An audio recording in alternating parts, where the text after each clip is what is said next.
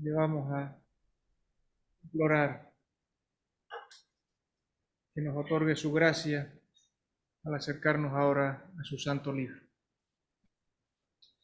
Nuestro gran Dios y Padre, te agradecemos la bendición que tú nos concedes de poder estar esta noche reunidos al nombre de tu Hijo, nuestro Salvador y Señor Jesucristo. Y te imploramos, Señor, que tú conduzcas esta reunión, que cuando abramos las páginas de tu libro inmortal, tú nos hables, Señor, tú nos enseñes, que podamos, Señor, recibir de ti el alimento que nuestras almas necesitan. Que ayude, Señor, a todos, Padre, que provea, Señor, del alimento espiritual, del consuelo, del ánimo, de la fortaleza, y que guíes también igualmente el tiempo de oración, de petición, de intercesión y de hacimiento de gracia. En el nombre de Cristo Jesús. Amén. Pues hermanos, les invito a buscar en Efesios capítulo 4. Esta noche quizá no va a ser tanto un estudio, sino más bien un pensamiento, una serie de pensamientos, pero el Señor nos dé a leer de su sola palabra la bendición para nuestras almas. Efesios capítulo 4, vamos a leer los primeros 16 versículos. Efesios 4, versículos del 1 al 16. Efesios 4, del 1 al 16. Dice así la palabra del Señor. Yo pues, preso en el Señor, os ruego que andéis como es digno de la vocación con que fuisteis llamados, con toda humildad y mansedumbre, soportándoos con paciencia los unos a los otros en amor, solícitos en guardar la unidad del Espíritu en el vínculo de la paz. Un cuerpo y un espíritu, como fuisteis también llamados en una misma esperanza de vuestra vocación. Un Señor, una fe, un bautismo, un Dios y Padre de todos, el cual es sobre todos y por todos y en todos.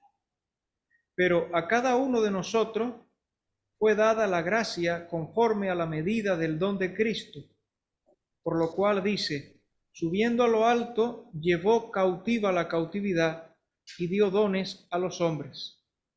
Y eso de que subió, ¿qué es? Sino que también había descendido primeramente a las partes más bajas de la tierra. El que descendió es el mismo que también subió por encima de todos los cielos para llenarlo todo. Y él mismo constituyó a unos apóstoles, a otros profetas, a otros evangelistas, a otros pastores y maestros, a fin de perfeccionar a los santos para la obra del ministerio, para la edificación del cuerpo de Cristo, hasta que todos lleguemos a la unidad de la fe y del conocimiento del Hijo de Dios, a un varón perfecto, a la medida de la estatura de la plenitud de Cristo, para que ya no seamos niños fluctuantes, llevados por doquiera de todo viento de doctrina, por estratagema de hombres que, para engañar, emplean con astucia las artimañas del error, sino que siguiendo la verdad en amor, crezcamos en todo en aquel que es la cabeza, esto es Cristo, de quien todo el cuerpo, bien concertado y unido entre sí, por todas las coyunturas que se ayudan mutuamente, según la actividad propia de cada miembro, recibe su crecimiento para ir edificándose en amor. Que el Señor bendiga su palabra.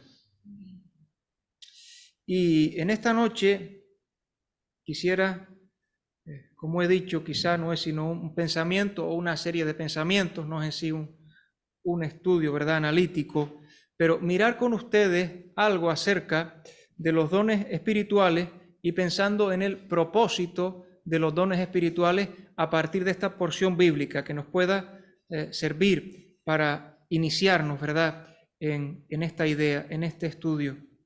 Y para ello empezaríamos a partir del versículo 7 y miraríamos hasta el versículo 16, los primeros versículos han sido leídos también para poder ver un poco el contexto. Versículo 7 nos comienza diciendo, pero a cada uno de nosotros fue dada la gracia. En los versículos anteriores ya se ha hablado en diferentes momentos, y lo hará a posteriori también, de la unidad del cuerpo.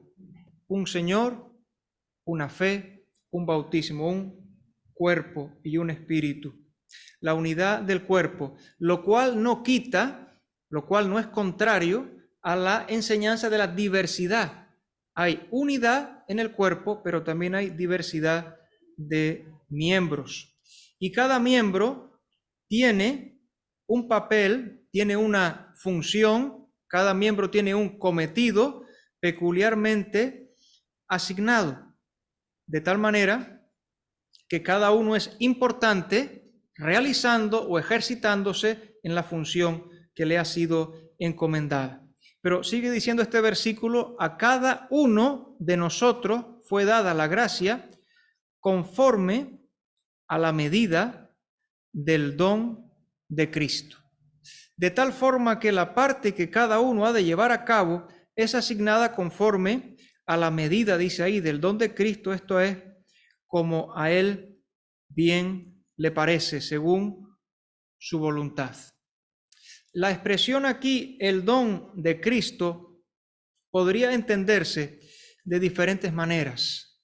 Ahora bien, yo quisiera pensar aquí, como comenta en este caso el hermano William MacDonald, que en este versículo el don de Cristo se refiere a la persona del Espíritu Santo, porque en las Escrituras vemos cómo el Espíritu Santo prometido es mencionado en varias ocasiones como un don que había de ser enviado tras la resurrección de Cristo, tras su ascenso a los cielos. Es enviado por el Padre y es enviado por el Hijo. Miren, por ejemplo, conmigo Juan capítulo 14, sin perder aquí, Juan 14, los versículos 16 y 17.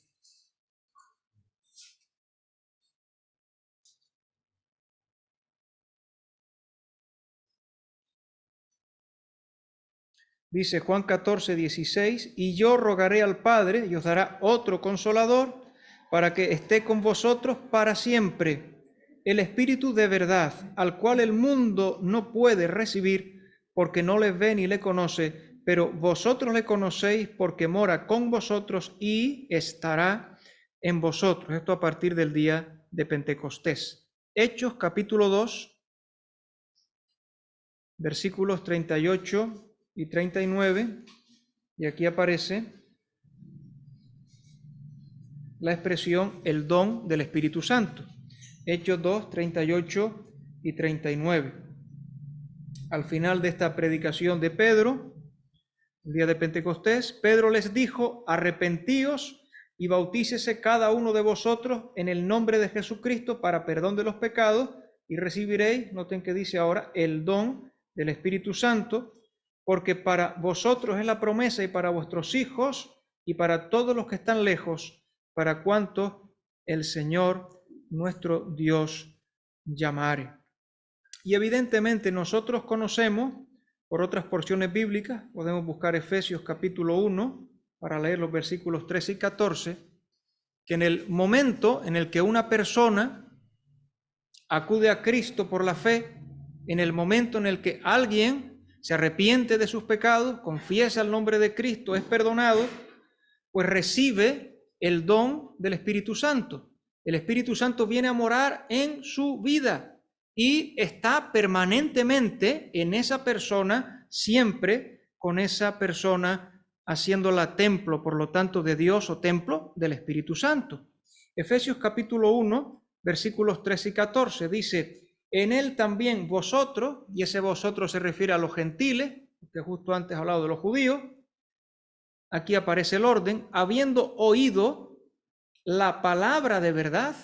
¿Y a qué se refiere con la palabra de verdad? Dice, el evangelio de vuestra salvación, y habiendo creído en él, en ese mismo momento, fuisteis sellados con el Espíritu Santo de la promesa, el Espíritu Santo prometido, sellados como pertenencia de Dios, y además es las arras, el anticipo, la garantía de nuestra herencia hasta la redención de la posesión adquirida, avanza de su gloria.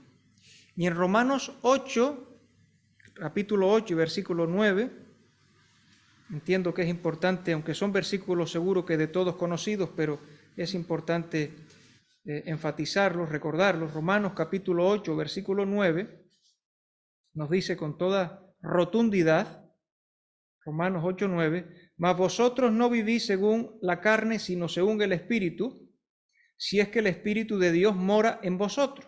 Y si alguno no tiene el Espíritu de Cristo, no es de él. De tal manera que la Escritura no nos deja lugar a equívocos. Regresemos, por tanto, a Efesios capítulo 4, que estamos diciendo que a cada uno de nosotros, cada uno de los que hemos creído en Cristo, fue dada la gracia conforme a la medida del don de Cristo. Y viniendo a nosotros el Espíritu Santo,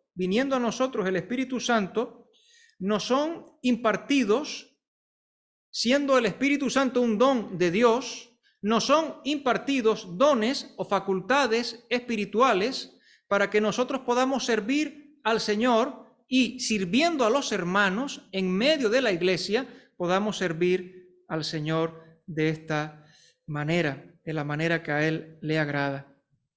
Versículo 8, Efesios 4, 8. Por lo cual dice, subiendo a lo alto, llevó cautiva la cautividad y dio dones a los hombres. Ahora bien, cuando nosotros hemos dicho, creemos en el Señor Jesucristo, cuando viene a nosotros el Espíritu Santo, en nuestras almas, en nuestros corazones, ha de surgir el deseo de servir al Señor. ¿Acaso no está escrito en 1 Tesalonicenses, os convertisteis de los ídolos a Dios para servir al Dios vivo y verdadero y esperar de los cielos a su Hijo, al Señor Jesucristo, quien nos libra de la ira venidera? ¿No nos dice en Romanos capítulo 12 que no nos conformemos a este siglo, sino que seamos transformados por medio de la renovación de nuestro entendimiento? Y ahí nos habla de que nos entreguemos en un sacrificio vivo, santo, agradable a Dios. Y eso surge entendiendo o mirando o entendiendo las misericordias de Dios que nos han sido otorgadas. ¿Por qué digo esto? Porque el Señor ha dado dones de ministerio o de servicio a cada uno de los creyentes. En el versículo 7 aparece la expresión cada uno. Y si fuéramos a otros pasajes, a Romanos 12 o a 1 Corintios 12 o a 1 Pedro 4, veríamos cómo esa expresión cada uno, cuando se habla de dones, aparece una y otra vez. Ahora, este versículo nos dice algo que no debe ser olvidado. Dice, subiendo a lo alto, llevó cautiva la cautividad y dio dones a los hombres. ¿De quién está hablando este versículo? ¿Quién subió a lo alto? ¿Quién llevó cautiva la cautividad? ¿A quién se está refiriendo? Nos está hablando de nuestro Señor Jesucristo. Nos está hablando del resucitado, ascendido y glorificado, entronizado, el Señor Jesucristo. Y aquí hay una cita del Salmo 68, podemos mirarlo en un momento, Salmo 68, los versículos 17 y 18, y cómo proféticamente, Salmo 68, 17 y 18, cómo proféticamente a David le fue dado decir esto. Salmo 68, 17. Los carros de Dios se cuentan por veintenas de millares. El Señor viene del Sinaí a su santuario. Subiste a lo alto, cautivaste la cautividad, tomaste dones para los hombres y también para los rebeldes, para que habite entre ellos Dios. Y los comentaristas nos dicen que en este Salmo 68, se está recordando la captura de Jerusalén y cómo David conquista de mano de los jebuseos aquella ciudad. Pero que David no estaba ignorante del recurso verdadero de aquella victoria. ¿Cómo conquistó David? ¿Había sido gracias a su astuta estrategia? ¿Había sido por el valor, por el arrojo de sus soldados? Bueno, en el versículo 17, él habla de los carros de Dios, carros innumerables de Dios, que eran los que asaltaban la ciudad, que la marcha de Dios había comenzado delante del monte Sinaí y llegado a su final glorioso en Sión. David recordaba cómo sus soldados habían asaltado las alturas de Jerusalén, pero veía más allá de carne y sangre, como si David pudiera ver a Dios ascendiendo a aquel monte alto, tomando los cautivos, ganando despojos y llevando el botín de victoria, para que aquellos que antes eran rebeldes, él pudiera morar entre este pueblo como su Señor y Salvador. Pablo aplica este versículo 18 a la ascensión de Cristo. Dice que él llevó cautiva la cautividad. ¿Acaso no nos está diciendo que Cristo triunfó sobre todos sus enemigos? ¿Que el pecado fue vencido? ¿Que el diablo fue vencido? ¿Que la muerte ha sido sorbida en victoria? Él triunfó gloriosamente sobre sus enemigos. Y dice, ahora habla del botín y dio dones a los hombres, y estos dones para el establecimiento y para la expansión de su iglesia. Efesios capítulo 4 y seguimos en el versículo 9, ¿verdad?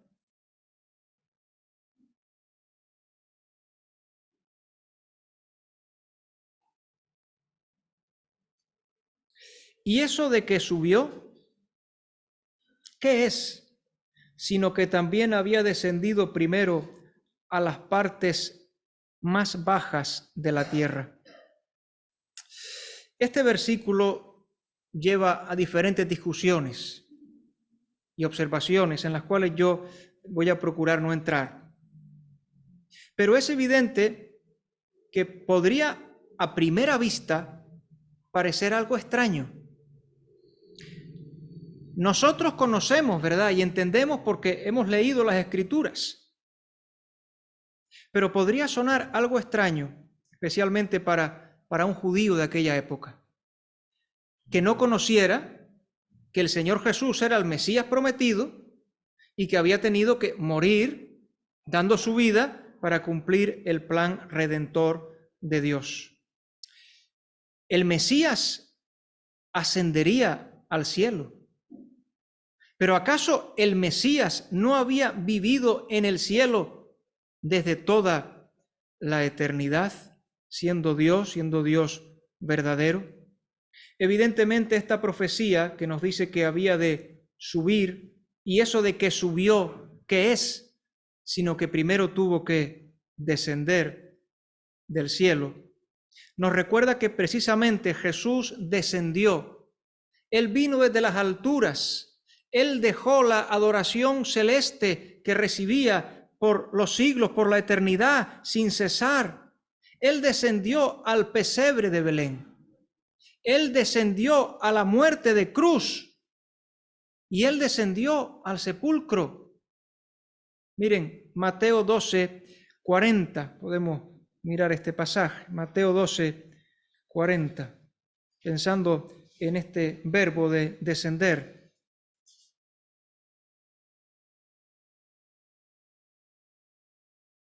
Mateo 12:40. Porque como estuvo Jonás en el vientre del gran pez 3 días y 3 noches, así estará el Hijo del Hombre en el corazón de la tierra 3 días y 3 noches. Y nuestro versículo, el de Efesios 4:9, luego de descendido, dice primero a las partes más bajas de la tierra. Algunos han dicho que eso tiene que ver con el Hades, que tiene que ver con el infierno, pero no concordaría con este argumento su ascensión precisaba de un descenso a la tierra, pero no precisaba de un descenso al infierno. Además, las Escrituras indican que el Espíritu de Cristo fue al cielo cuando murió. ¿Recuerdan a aquel malhechor que en algún momento es alumbrado, que deja de injuriar al Señor y le dice: acuérdate de mí cuando vengas en tu reino? Y el Señor le contesta y le dice: de cierto te digo que hoy estarás conmigo. ¿Recuerdan dónde? En el paraíso. Así que el Señor descendió a este mundo y ascendió a los cielos. Eso podemos estar completamente seguros. Versículo 10. El que descendió es el mismo.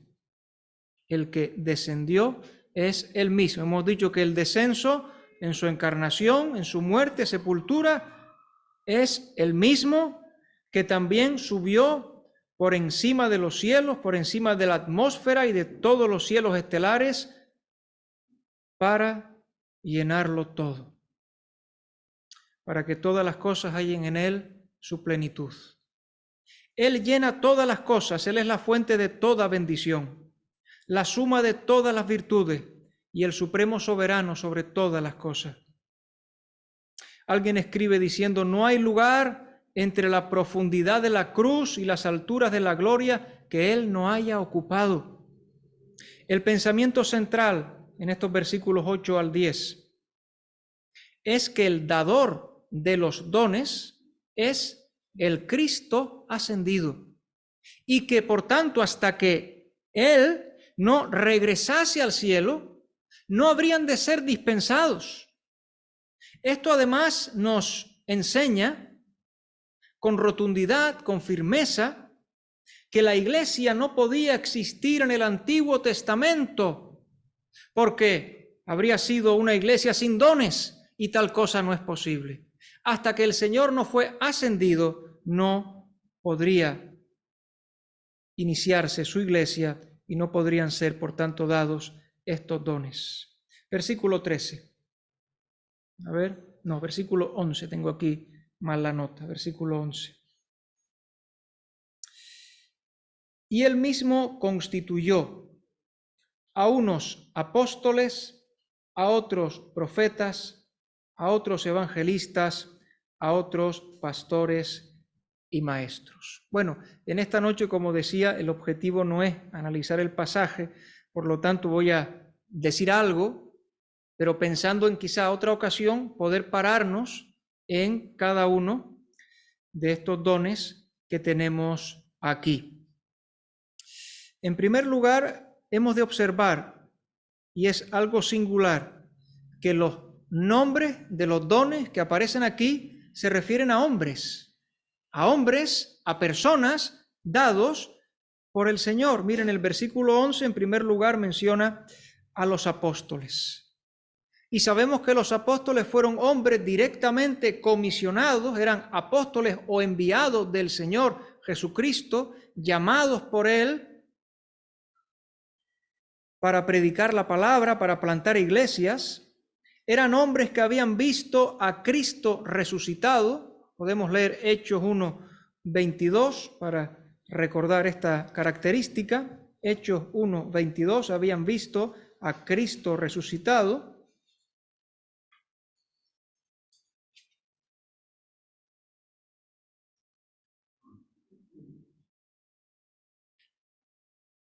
Dice, es necesario pues que de estos hombres que han estado juntos con nosotros todo el tiempo que Jesús entraba y salía de entre nosotros, es el 22, perdón, comenzando desde el bautismo de Juan hasta el día en que de entre nosotros fue recibido arriba, uno se ha hecho testigo con nosotros de su resurrección. Además, tenían poder para efectuar milagros, 2 Corintios 2, versículo 12, 2 Corintios 2, versículo 12.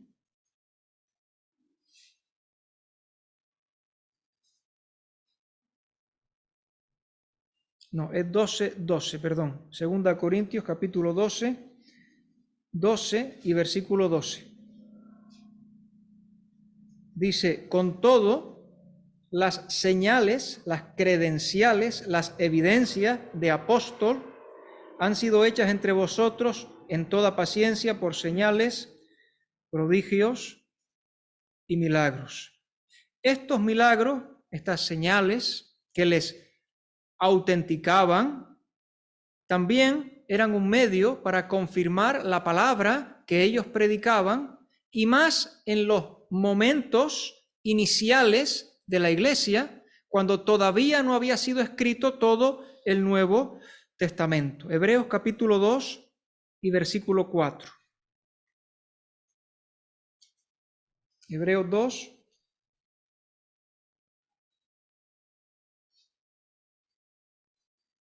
Podemos leer 3 y 4 para entender mejor lo que queremos decir. Hebreos 2, 3. ¿Cómo escaparemos nosotros si descuidamos una salvación tan grande, la cual, habiendo sido anunciada primeramente por el Señor, nos fue confirmada por los que oyeron, testificando Dios juntamente con ellos, con señales y prodigios y diversos milagros y repartimientos del Espíritu Santo según su voluntad? Y podemos regresar a Efesios, que ahora miraremos el capítulo 2 y versículo 20. Tanto los apóstoles como los profetas tenían un ministerio relacionado con los inicios de la iglesia, con los fundamentos de la iglesia, con el comienzo de la iglesia. Efesios 2, versículo 20 dice, edificado sobre el fundamento de los apóstoles y profetas, siendo la principal piedra del ángulo Jesucristo mismo. Y cuando a veces alguien pregunta si hoy hay apóstoles o si hoy hay profetas, podemos preguntarnos, mirando este pasaje que nos habla de el fundamento de los apóstoles y profetas, ¿en cuántas ocasiones se pone el fundamento de una edificación? ¿En cuántos momentos se pone el fundamento de una edificación? Evidentemente en los inicios y una sola vez. Por lo tanto, evidentemente, la Escritura nos enseña que hubo apóstoles y ahora diremos hubo profetas, pero que estos dones no están vigentes en la actualidad y no son necesarios en la actualidad. Nosotros hoy tenemos en las Escrituras la palabra del Señor, la revelación ya completa y todo cuanto necesitamos para la vida y para la piedad en la palabra de Dios. Miren, 4:11, seguimos ahí. Hemos dicho apóstoles, ¿verdad? Muy breve. Ahora dice profetas, ya hemos anticipado algo de la vigencia de este don, que eran portavoces o voceros de Dios, que recibían directamente del Señor palabra y la transmitían a la iglesia. Como acabamos de decir, no existía el Nuevo Testamento y había momentos en los cuales se necesitaba dirección del Señor y Él le daba la palabra oportuna a estas personas, a estos profetas del Nuevo Testamento, que cesó su ministerio cuando, echado el fundamento de la iglesia, quedó completo el canon. En tercer lugar dice a otros evangelistas. Los evangelistas son los que predican las buenas nuevas de salvación, pero que están dotados por el Señor de una facultad especial para ganar a las almas para Cristo, que tal vez tienen perspicacia sobrenatural para diagnosticar la condición de un pecador, para sondear su conciencia, para responder a objeciones. La semana pasada estábamos allí, mi padre y yo, leyendo una revista que gracias al hermano Apolo podemos tener ahí en casa, que era del año 1870 ahí, cuando fuimos a Madrid a buscar unos materiales, y nos encontramos con un reportaje de un evangelista que en un tren había estado testificando a un sacerdote católico romano. Y aquel hombre detallaba todos los versículos que le había mencionado y cómo lo había refutado, punto, y decíamos, estamos sorprendidos, porque este hombre tenía un conocimiento de las Escrituras, tenía una facultad de buscar respuestas, que su interlocutor se quedó atónito, pero es que nosotros hoy, pasado más de un siglo y medio, también lo estábamos, porque era un evangelista al que el Señor le había dado la facultad de saber hablar y de saber llegar con el evangelio a otras personas. Por lo tanto, Dios usa a los evangelistas que predican y que luego llevan a los convertidos a la iglesia local para ser alimentados y alentados. Eso no quiere decir que todos tenemos que predicar el evangelio. Eso no quiere decir que todos tenemos que predicar el evangelio y procurar llevar las almas a Cristo, aunque no tengamos este don. Dice ahora, pastores, a otros pastores. ¿A qué se refiere? Evidentemente no es el uso mayoritario en el campo evangélico, o si queremos en el protestantismo. No se trata de un título, no se trata de una condición, no se trata de una profesión. Estamos hablando de un don, ¿verdad? Estamos hablando de facultad dada por el Señor y de personas que nos son dadas, que guían y alimentan a la grey, al rebaño. Un ministerio de consejo, de corrección, de aliento y de consolación. Y que los hermanos pastores en la iglesia local son reconocidos como ancianos. Pero es interesante notar el detalle de que pastor es un don, según vemos en las Escrituras, mientras que anciano es una responsabilidad en la iglesia local. Recordemos que el Nuevo Testamento presenta una pluralidad de pastores en una iglesia local. Vamos a leer Hechos 20, versículo 17. Hechos 20, 17.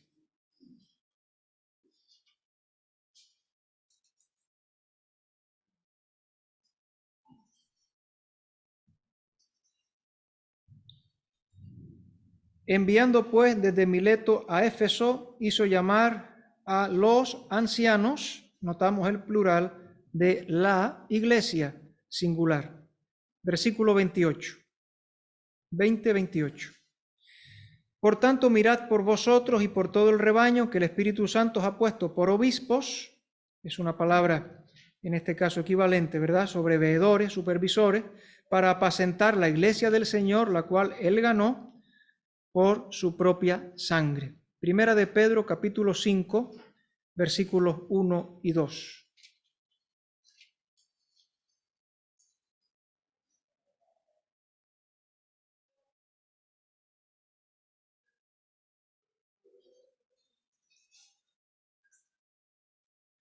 Ruego a los ancianos que están entre vosotros, yo anciano también con ellos y testigo de los padecimientos de Cristo, que soy también participante de la gloria que será revelada. Apacentad la grey de Dios que está entre vosotros, cuidando de ella, no por fuerza, sino voluntariamente, no por ganancia deshonesta, sino con ánimo pronto. Y finalmente en nuestro versículo Efesios 4:11 se menciona a los apóstoles, a los profetas, a los evangelistas, a los pastores y a los maestros. Hombres capacitados por el Señor para explicar lo que la Biblia dice, para aplicarlo a los corazones y a las conciencias de la iglesia, a las conciencias de los santos. Pero miren, ¿cuál es el propósito de los dones que aquí quisiéramos llegar en esta noche? ¿Cuál es el objetivo? ¿Cuál es la meta? ¿Cuál es la finalidad? Versículo 12. Dice en primer lugar, a fin de perfeccionar a los santos. Y escuchaba hoy al hermano Carballosa en una grabación hablando de este pasaje. Y con un poco de ironía él se preguntaba, ¿y los santos necesitan perfeccionamiento? Pero vaya, hombre, ¿los santos necesitan perfeccionamiento? Y nuestra respuesta es sí, los santos necesitamos perfeccionamiento. En primer lugar, los dones son para entrenar, para equipar, para ser aptos para enseñar a los santos, porque necesitamos perfeccionamiento, hermanos. En segundo lugar, sigue diciendo, miren, para la obra del ministerio. Ministerio es la palabra diaconía. Y la palabra diaconía tiene que ver con servir con presteza, con servir con solicitud. Y aquí de nuevo nos podemos sentir un tanto extrañados, porque el ministerio no es una ocupación especializada y limitada para hombres con una instrucción profesional. ¿Eso no es el ministerio? No. Este término simplemente habla de servicio y de todo servicio espiritual, y por tanto nos enseña que todo creyente, todo santo, todo aquel que ha sido santificado en Cristo Jesús, porque ha sido salvado, porque ha sido hecho morada del Espíritu Santo, esa persona, todo creyente, debería estar en el ministerio. Debería ser consciente de que tiene una esfera de servicio para la cual Dios le ha facultado y en la cual debe él participar, debe ejercitarse, debe progresar. No podemos negar que hay un ministerio especial de pastores, los ancianos, los obispos, de maestros, los enseñadores de las Escrituras, de evangelistas que llevan la palabra a las almas perdidas. No lo podemos negar, que hacen un ministerio muy importante. Pero ¿para qué es ese ministerio? Perfeccionar a los santos para la obra del ministerio. Porque cada creyente, los hombres dados por Dios, y aunque resalten o destaquen o tengan una labor más visible quizá, no deberían servir de tal manera que hagan a la gente perpetuamente dependiente de ellos, sino trabajar para que los santos puedan actuar por sí mismos y ser conscientes de que todos tenemos que servir al Señor. Bueno, terminó ahí nuestro pasaje. Perfeccionar a los santos para la obra, no, sigue diciendo para edificación del cuerpo de Cristo. Los santos son edificados y ministran a otros según los dones que Dios les ha proporcionado. De esta manera la iglesia crece, la iglesia se expande, la iglesia es edificada. Es el método divino de producir crecimiento en el cuerpo de Cristo, tanto en tamaño como espiritualmente. La limitación del servicio cristiano, escribe William MacDonald, a una clase selecta de personas obstaculiza el desarrollo del pueblo de Dios, ahoga la causa del evangelio y frena el crecimiento de la iglesia. La distinción entre clero y laico es antiescrituraria y quizá el mayor obstáculo a la extensión del evangelio. Pero ¿qué más nos dice este pasaje del propósito? Dice, hasta, versículo 13, hasta que todos lleguemos a la unidad de la fe y del conocimiento del Hijo de Dios. Es importante ese adverbio de tiempo que aparece al principio. Hasta. ¿Cuánto tiempo requerirá este proceso? Bueno, dice hasta que todos lleguemos a la unidad de la fe y del conocimiento del Hijo de Dios. Cuando venga el Señor y nos lleve con Él, habremos llegado a la unidad de la fe y del conocimiento. Le veremos como Él es y le conoceremos y nos conoceremos como somos conocidos. A un varón perfecto.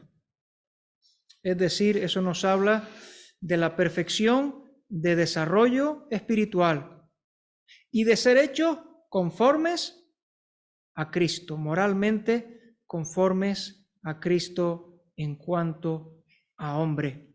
Y la Iglesia universal será un cuerpo totalmente crecido, perfectamente apropiado para su gloriosa cabeza. La plenitud de Cristo, la plenitud de aquel que todo lo llena en todo. Pues sigue diciendo, la medida, versículo 13, a la medida de la estatura de la plenitud de Cristo, el desarrollo completo o el cumplimiento del plan de Dios para su crecimiento. Pero todavía sigue, versículo 14. ¿Para qué más? Miren, un propósito, que ya no seamos niños fluctuantes.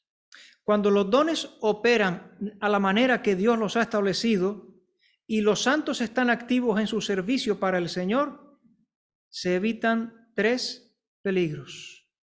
El primer peligro es la inmadurez.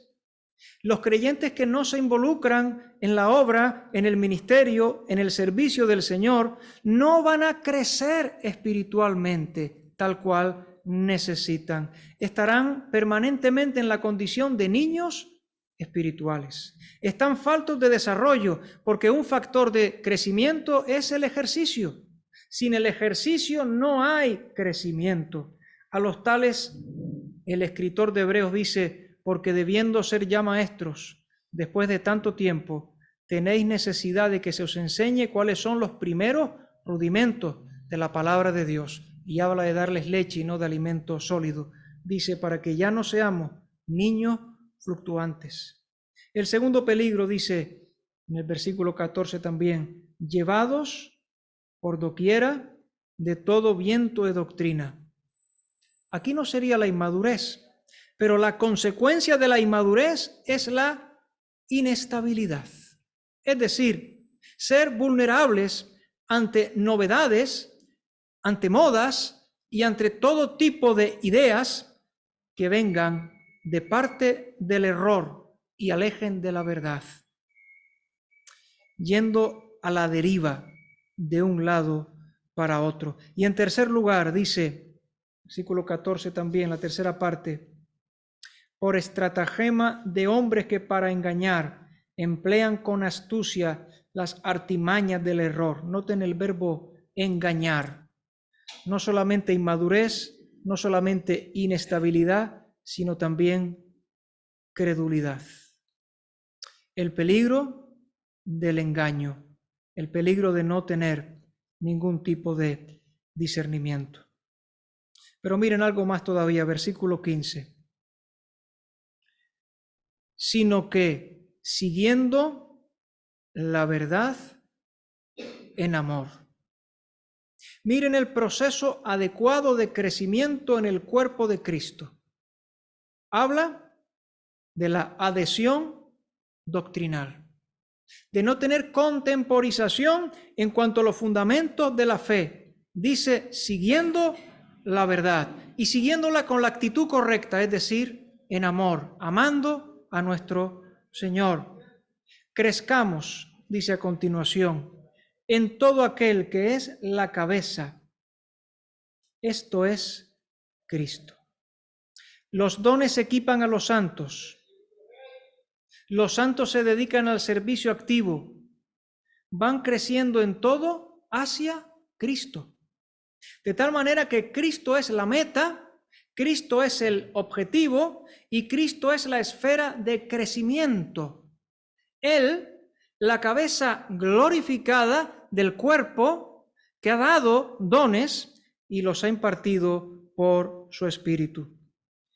En cada área de nuestra vida deberíamos crecer hacia Cristo y mirando a Cristo, siendo hechos a su imagen.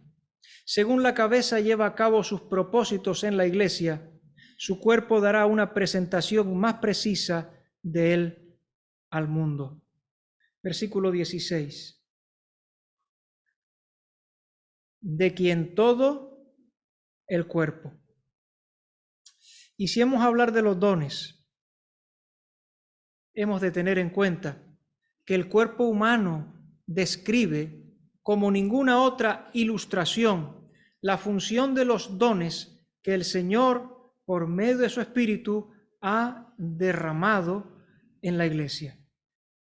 Y miren, dice que el cuerpo está, sigo en el versículo 16, bien concertado y unido entre sí por todas las coyunturas que se ayudan mutuamente. Es una idea de una maravillosa integración, bien concertado, unido entre sí. El cuerpo humano tiene huesos, órganos y carne. Los huesos ligados por junturas y ligamentos. Cada juntura y cada ligamento cumple un papel en el crecimiento y utilidad del cuerpo, y así en el cuerpo de Cristo. Que ningún miembro es superficial, que ningún miembro es superfluo, que el más humilde creyente que así se vea o que así se sienta es necesario.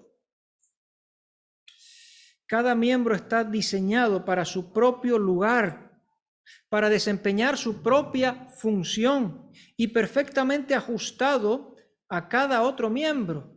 Porque la Escritura no solo dice que somos miembros del cuerpo de Cristo, sino que somos miembros los unos de los otros. De modo que se constituye en un completo organismo vivo. Eso es la iglesia. La iglesia no es una organización, sino un organismo vivo, el cuerpo de Cristo. Sigue diciendo el versículo 16. Según la actividad propia de cada miembro. Lo dijimos al principio, hay unidad, pero diversidad. Cada órgano tiene su función. Podríamos pensar, se podría decir con verdad, ¿un verdadero creyente no sirvo para nada? ¿Se podría decir con verdad, no puedo aportar nada en la iglesia? Tal cosa es absolutamente falsa. Y si entendemos las Escrituras, estaríamos contraviniendo lo que el mismo Señor nos enseña, lo que Él mismo nos dice. Evidentemente, todos podemos contribuir, aunque no todos haremos lo mismo. En el cuerpo humano, no todos los órganos desempeñan una misma función, pero cada órgano aporta para el bienestar del cuerpo. Y cuando un miembro se duele, todo el cuerpo se duele. Cuando un miembro se goza, todo el cuerpo se goza. Final del versículo 16 dice, recibe su crecimiento para ir edificándose en amor. Cada creyente cumple su papel apropiado. El cuerpo va creciendo como unidad armónica y bien articulada. En un sentido muy real, el crecimiento se estimula por el cuerpo mismo. ¿Qué queremos decir con esto? Que se produce al alimentarse los creyentes con la Biblia, al dedicarse a la adoración, al testimonio cristiano, y que esta edificación además nos dice ahí que se ha de hacer en amor, destacándose el mutuo interés de los miembros unos por los otros, al permanecer los cristianos en Cristo y cumplir su función en la iglesia, crecen más unos hacia otros en amor. Pues hermanos, hasta aquí era la meditación que había de compartir en esta noche y que el Señor bendiga su palabra. Amén. Amén.